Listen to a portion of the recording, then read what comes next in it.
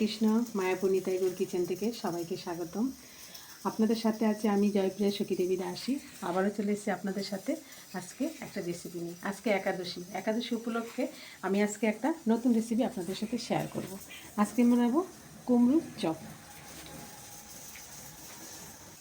কুমড়োর চপ বানাবো। এই দেখুন কুমড়ো, এরকম পাকা কুমড়ো নিয়েছি। আর কুমড়োটাকে আমি এই যে একটু কুড়ানি দিয়ে কুড়িয়ে নিয়েছি। এই যে দেখুন, এই কুমড়োর চপের মধ্যে আমি এই কুমড়োটা দেবো। আর এর মধ্যে একটু নিয়েছি ক্যাপসিকাম, একটু কাঁচা লঙ্কা, একটু আদা, একটু ধনেপাতা আর একটা টমেটো।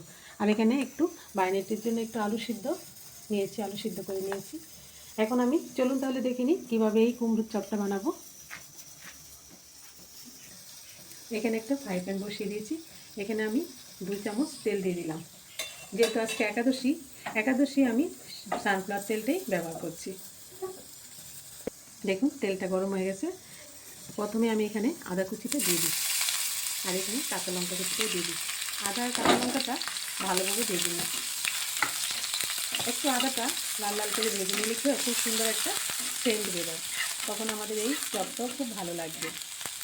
আমি আদা কাঁচা লঙ্কাটা ভাজা হতে হতে এখানে আমি ক্যাপসিকামটা দিয়ে দিচ্ছি, কারণ ক্যাপসিকামটা একটু শক্ত ভাজা হতে সময় লাগে, তার জন্য আমি ক্যাপসিকামটা আদার লঙ্কার সাথে ভেজে নিচ্ছি।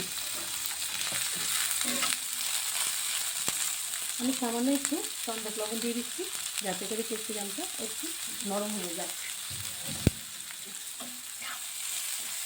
ভালোভাবে একটু ভেজে নিচ্ছি। দেখুন ক্যাপসিকামটা আলাদা ভাজা হয়ে গেছে। এখন আমি এখানে টমেটো কুচিটা দিয়ে দিচ্ছি, টমেটোটা একটু ভেজে নিচ্ছি। একাদশীর দিন আমাদের বাচ্চারা বলতে গেলে সবজি খেতেই চায় না, শুধু আলুর উপরেই চলে। তার জন্য আমি এরকমভাবে যদি করে দিই, বাচ্চারা খুব সুন্দর বুঝতে পারবে না, চপ হবে, খেয়ে নেবে। তার মধ্যে ক্যাপসিকাম যাচ্ছে, টমেটো যাচ্ছে। ক্যাপসিকামটা আমাদের বাচ্চাদের জন্য খুব উপকার। এখন আমি এই কুমড়োটাও দিয়ে দিচ্ছি। এখানে আমি স্বাদ মতো লবণ দিয়ে দিচ্ছি, সন্দক লবণ। ভালোভাবে মিশিয়ে নিচ্ছি। ওকে, চিনি দিয়ে দিচ্ছি। চিনিটা একটু পরিমাণে বেশি দিলে কি হয়, কুমড়ো তো মিষ্টি দিলে আরও বেশি ভালো লাগে। তার জন্য আমি স্বাদ মতো চিনির পরিমাণটা একটু বেশি, আর আপনারা চাইলে একটু কম বেশি করে নিতে পারেন। ভালোভাবে এই কুমড়োটাকে ভালোভাবে কষিয়ে নিচ্ছি। এই দেখেন আলু সিদ্ধটা আছে, আলু সিদ্ধটা হাত দিয়ে একটু ম্যাশ করে দিয়ে দিচ্ছি।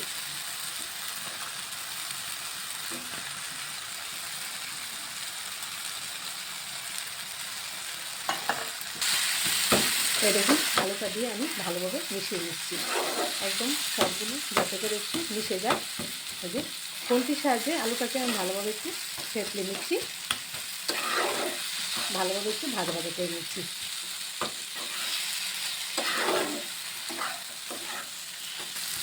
এই দেখুন একদমই শুকনো শুকনো হয়ে গেছে। আর এটাকে আমি একটু আঠালো ভাব করার জন্য, তার জন্য আমি একটু এখানে কেনোয়ার গুঁড়ো ছড়িয়ে দিলাম। এটাতে দিলে আরেকটু সুন্দর, মানে শক্ত হবে, মানে এই চপটা বানাতে সুবিধা হবে। পুরটা রেডি হয়ে যাচ্ছে, আর একটু ভাজা ভাজা হলেই আমাদের এই চপের পুরটা রেডি হয়ে যাবে। দেখুন আস্তে আস্তে শুকনো হয়ে যাচ্ছে, হয়ে গেছে। নামানোর আগে আমি একটু ধনেপাতা কুচি দিয়ে দিলাম। ধনেপাতাটা দিয়ে ভালোভাবে একটু মিশিয়ে নিচ্ছি। কড়া থেকে ছেড়ে নিচ্ছি, তার মানে হয়ে গেছে।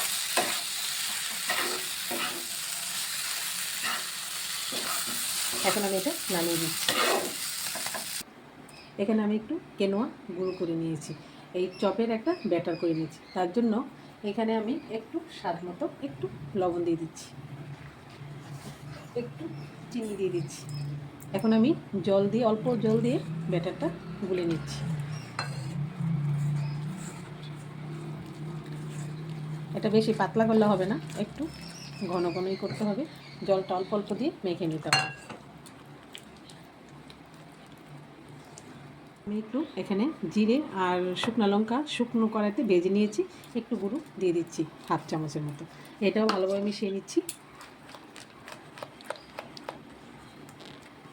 দেখুন আমি এখানে পুরটাও ঠান্ডা করে নিচ্ছি। আর এখানে আমি একটু ভাজা মশলাও দিয়ে দিচ্ছি।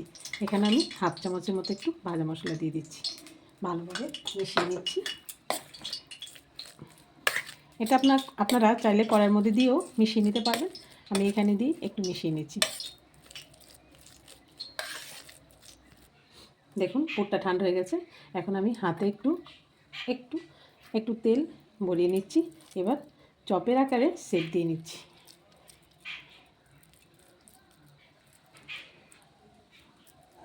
এই যে এরকমভাবে আমি সব চপগুলি বানিয়ে নিচ্ছি। দেখুন এই যে চপগুলো বানানো হয়ে গেল। এখন আমি একটা কড়াতে এখানে তেল বসিয়ে দিয়েছি। তেলটা ভালোভাবে গরম করে নিয়েছি। এখন আমি চপগুলি দিয়ে দিচ্ছি। দেখুন এবার আমি চপগুলিকে দিয়ে দিচ্ছি। ব্যাটারে ভরিয়ে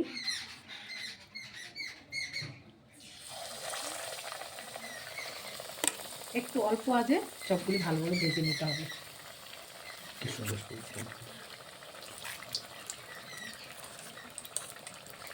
এই যে এরকমভাবে আমি সব চপগুলি তেলের মধ্যে দিয়ে দিচ্ছি।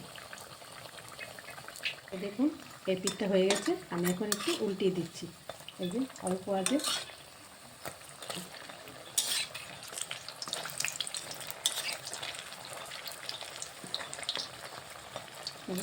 অল্প আঁচে ভাজলে কি হয়, এই যে মুচমুচে হয়ে যাবে আর খুব সুন্দর, ভিতরটা খুব সুন্দর হবে। এই যে ফুলে ফুলে উঠছে, এই যে কত বড় বড় হয়ে গেছে চপগুলো।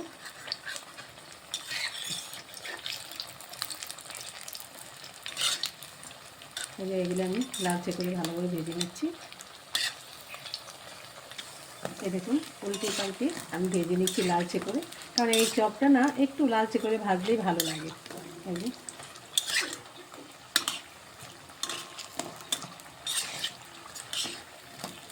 এখন আমি নামিয়ে দিচ্ছি।